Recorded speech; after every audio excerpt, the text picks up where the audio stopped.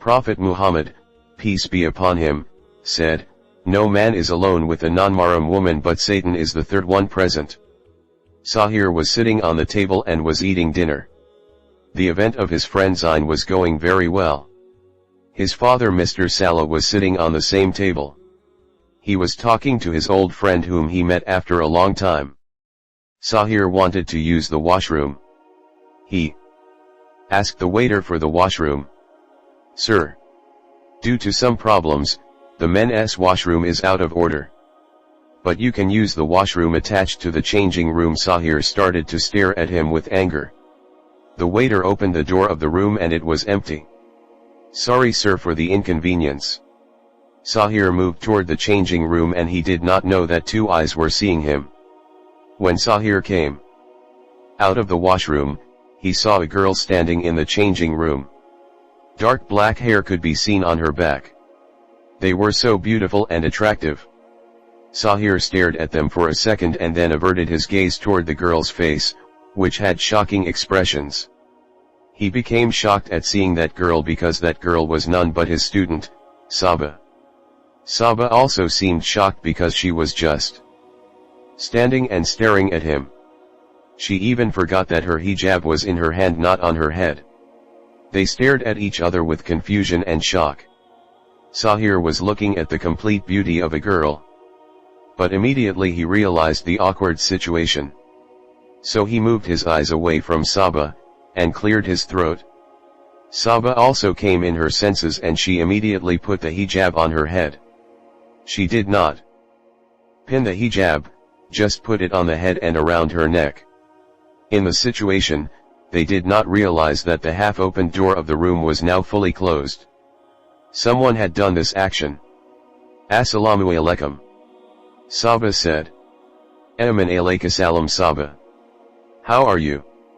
"I am fine alhamdulillah." "What are you doing here?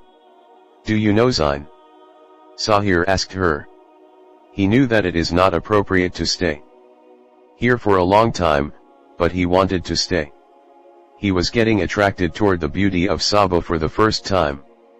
He had never been attracted to any girl, but for the first time, he got attracted. "Yes. He is my cousin. I am here to attend his marriage. My hijab gets loose, so I came here to fix it," Saba replied with his eyes focused on the floor. She was getting embarrassed.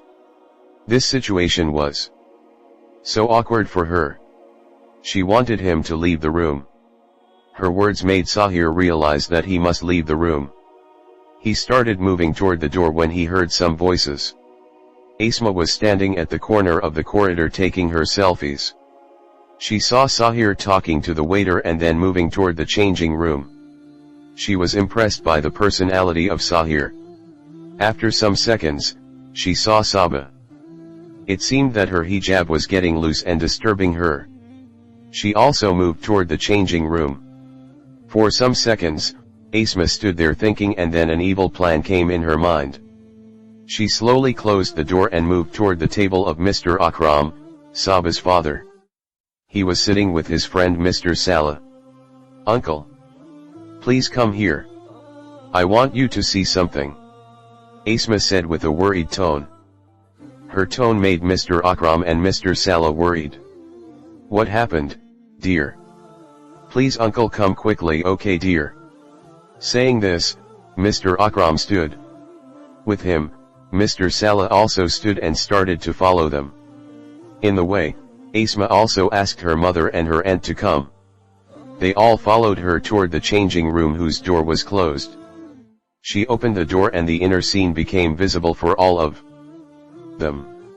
"Look. What is happening here?" Saba and Sahir listened to the voice and turned toward the door. They became confused by seeing many people on the door. They both are alone in the closed room. "No, the door was open when I came," Saba said with the trembling voice. "Shut up. You came into the room when you saw this man going in the room. You said to me that you like him and then you closed the door." Asma lied.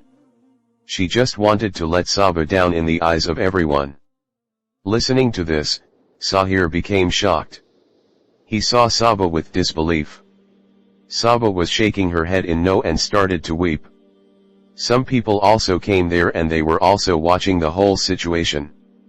Mr. Akram and Mr. Salah was trying to understand the situation.